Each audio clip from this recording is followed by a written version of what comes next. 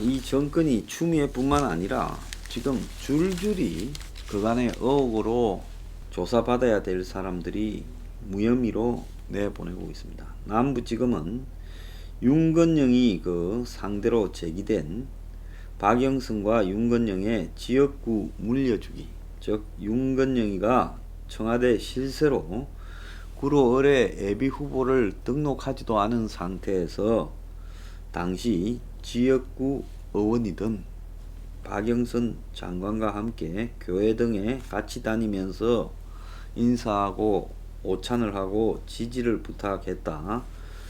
그래서 윤건영이가 예비후보도 아니면서 이런 짓을 한 게 사전 선거 운동이고 박은 장관으로서 선거 중립 의무를 위반했다고 고발됐습니다. 그런데 이걸 갖다가 검찰에서는 고발된 사건도 무혐의 처리했습니다. 양성태 대법원장의 법원 행정처에 법관 블랙리스트에 지금 이수진이가 오른 사실도 없는데 자신이 사법농단 피해자라고 주장했어요. 근데 검찰은 허위사실 공표가 아니라고 결론을 내렸어요. 뭐 그쪽하고 가까웠단 말도 있고 그랬는데 피해자처럼 이렇게 코스프레를 했는데 그걸 허위사실 유포 부분을 풀어줬습니다. 그리고 오세훈하고 광진으로서 붙었던 고민정이 이 부분에 대해서도 불기소하고 오세훈도 불기소했다는 거예요. 그리고 상방이 맞고소했을 건데 둘 다 틀어준다는 식으로 풀어줬어요. 그래봤자 뭐 고민정이만 좋은 일이죠. 고민정이는 선거법상 특정 후보를 지지할 수 없는 주민자치위원회 발언이 담긴 지지한다는 발언이 담긴 선거 공보물을 8만 가구에 배포했는데도 그래서 고발됐는데 무혐의 처분됐어요. 공보물에 문구를 넣는 걸 고민정이가 직접 개입하지 않았다라는 고민정이 쫄병 진술을 토대로 그렇게 검찰이 했다는 겁니다. 기가 찬 이야기죠. 그래서 이해관계자가 이렇게 진술할 수밖에 없는데 그 진실을 파헤쳐야지 그 말만 듣고 그래서 서울시 의원이 공보물 제작을 했다고 하면서 그냥 이 서울시 의원만 기소했다는 거예요. 이 고민정이 밑에 서울시 의원은 추미애 보좌관 출신이랍니다. 어제 옵티머스의 이 정치 로비 여권 로비 관련해서 로비 브로커가 있었고 이낙연이 종로 선거 사무실에 복합기가 있었는데 옵티머스 관련사 옵티머스에서 만드는 페이퍼 컴퍼니죠. 돈 빼돌리는 그 페이퍼 컴퍼니 트러스트 올에서 그 복합기에 대금을 지불해줬다. 그런 이야기를 했고 그게 확인이 되었다가도 했습니다. 그런데 이 검찰이 옵티머스 대표가 여권과 금융권 고위층에 로비를 했다는 내부 관계자 진술을 확보하고도 조서에 기재하지 않은 사실이 어제 확인되었어요.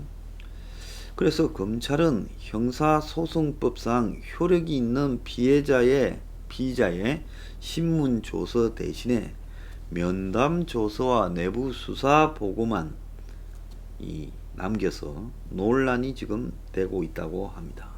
서울중앙지검 조사부는 7, 8월 달에 수감 중인 김재현을 불러서 옵티머스 펀드 판매를 위해 정영재, 제가 여러 번 언급했죠. 이액진 씨한테 제보 받았어요. 이 정영재 전 옵티머스 대체투자 대표를 통해 NH투자증권 고위 관계자에게 접촉을 했다. NH가 한 85% 팔았잖아요. 이 옵티머스 상품을요. 그래서 NH 지금 투자증권의 고위 관계자, 거기에 사장이나 부사장 좀 만났겠죠. 이런 진술을 확보를 했다는 거예요. 그래서 김 대표 측도 정 전 대표 정영재를 통해 몇 가지 일이 수월하게 풀렸다 말을 했습니다. 옵티머스 안에서만 김재현이만 이야기한 게 아니라 옵티머스가 투자한 스킨앤스킨 그 마스크 파는 회사 거기에 고문도 유모 씨도 구속 중인데 김재현이 측에서 NH투자증권에 로비를 했다. 그 로비를 했으니까 그렇게 부실한 증권을 팔아주고 또 그 파는데 제대로 투자했는지 뭐 공공기관에 채권 샀는지를 확인도 안 하고 그냥 방치하지 않았겠습니까?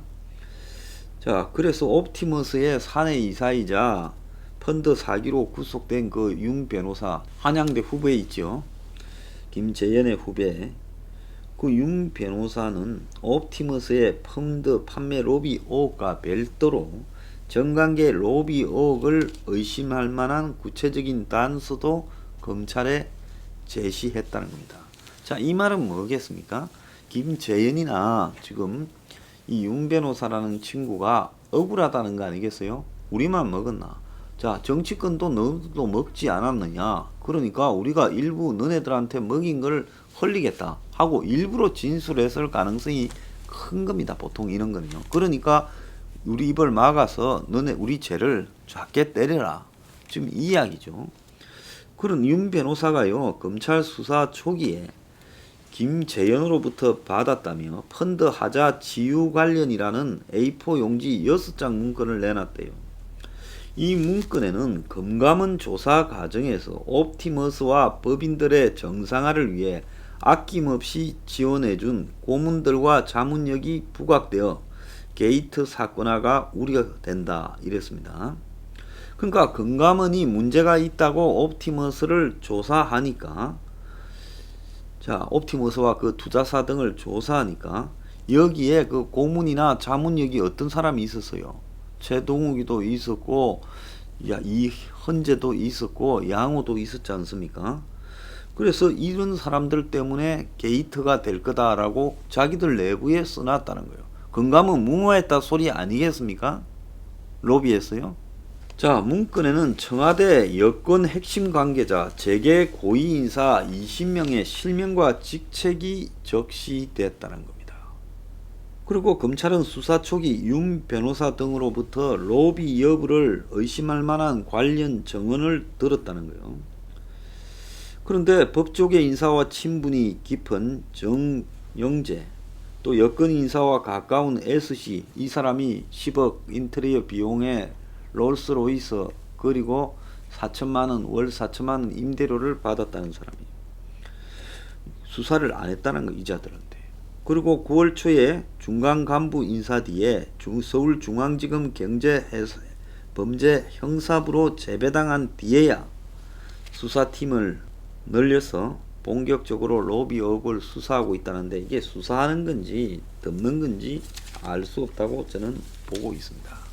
이 내부 문건에 보면요, 지금 어떤 내용이 있는가 하면, 어제 이제 이낙연 종로 사무실에 그 복합기 임대료 문제가 있는데, 그 문제뿐만 아니라 청와대 관계자, 국회의원, 민주당 인사, 기재부, 국토교통부, 국세청 등 고위 관계자가 옵티머스와 관계를 맺고 이들의 딜을 봐줬다라는 의혹이 제기됐다고 국민의힘당에서도 3.5 비리 방지 특위에서 주장을 했습니다. 그래서 옵티머스 측에서 만드는 고위공직자 이름이 적힌 내부 문건에는 이건 매우 신빙성이 높고 당사자들이 제일 잘 알지 않겠습니까? 그래서 야당과 피해자들이 진상규명을 부르짖어도 아무 대답이 없던 정권이 왜 그렇게 처신했는지 이유가 명확해진다면서 지금도 문가리는 이 수사관의 철저한 수사만 이야기하지 이거 뭐 뜯고 있는 거 아니냐. 그리고 이낙연이 등에도 이 소상히 죄를 밝혀라 했는데요.